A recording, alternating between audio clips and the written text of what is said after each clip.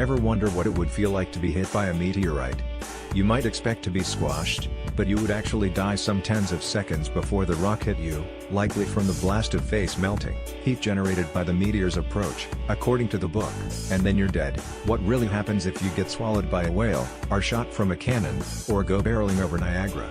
Penguin Books, 2017. Death comes for us all. It's an unpleasant truth, and one many humans don't like to think about too much, particularly when it comes to the details of how it might happen. That said, there is something morbidly fascinating about the prospect of exploring the most outlandish, unusual and even impossible circumstances that could cause your demise. Top 10 Leading Causes of Death. Writer Cody Cassidy and physicist Paul Doherty co-authored a book that provides all the lurid details of various unusual, and horrible, ways to die, and the questions they pose range from the somewhat plausible, what would happen if you were stuck in a walk-in freezer, to the wildly unlikely, what would happen if you skydived from outer space. Doherty sat down with Live Science to divulge the inspiration for some of the gruesome fare collected in the book. This interview has been lightly edited for length and clarity. Live Science, did you find as you were writing the book that you and Cody Cassidy had different preferences for certain types of horrible death scenario?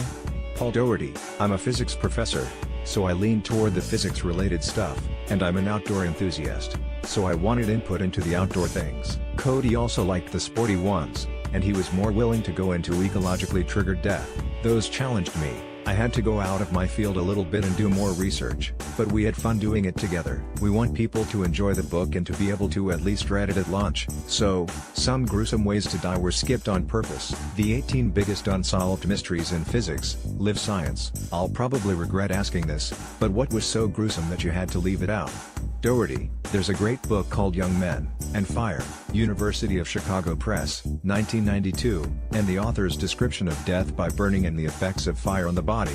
Well, you'll notice we skipped fire in the book. We thought it was just a little upsetting, because it actually might happen. We tended toward things that were fantastic ways to die, or out of the ordinary ways to die that aren't likely to happen to you, so you're interested in them without being terrified. The odds of dying. Live Science. But the book does describe being attacked by a swarm of bees, and that's a very real fear for many people. Doherty, it can be, but it's fairly rare. We give you the number of bee stings that might actually be lethal. I think with 500 bee stings there's a 50% chance of death. That would take a hive of bees and they would have to be pretty upset with you. There was one guy who had more than 1,500 bee stings. His face was black with stingers, but they were spread out over time so his body could handle all the toxins. He was in water trying to dive away from the bees, and every time he came up, they'd hit him again. So, yikes. Of course, that's an exception, but you should definitely be respectful of beehives. It turns out that when you're doing a book, the boundaries are interesting places. Here's a topic: fire, where's our boundary? Or bees, where's our boundary? Making those choices really was an interesting part of writing. Live Science, where did the scenarios come from? Doherty, there are 45 scenarios in the book. We started out with 200. We have a lot of nerdy friends, and we had dinner conversations where we said, we're thinking about writing this book, and our friends, being nerds, said, can magnetism kill you? Going for a naked moonwalk? Taking a base jump from the International Space Station? They'd keep coming up with these ideas, and we'd see if we could turn the death into something educational, something you could learn from, or if they contain nuggets of really cool history. If we could find someone who died from it, or who didn't die, we could tell you their story.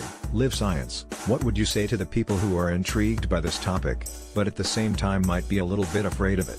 Doherty, some of these people actually survived what happened to them, and it's not as bad as you think. If you read the one about what happens if your airplane window pops out, we gave case studies where most of the people survived. When this happens, the airplane fills with white stuff that people may think is smoke, but it's actually clouds. The moisture-rich gas in your body comes out when the window ruptures and the pressure drops, and condenses into a cloud. So, if this happens to you on an airplane and you think that you see smoke from a bomb, that's going to terrify you more than if you realize, oh, it's just a cloud formation, and most of the time people survive. That's a reassuring thing. Whistling past the graveyard is a classic human thing to do, by facing death in ways that you're not going to encounter, falling into a black hole, stepping out of a submarine at the bottom of the Mariana Trench. Those ideas of facing death in ways that were slightly humorous or exotic help people to think about their own death in a way that's satisfying. So, I'd say, read the book. There are some terrifying things in there, just like life, but there's also hope, and if one of these things happens to you, Maybe we'll even help you survive. Original article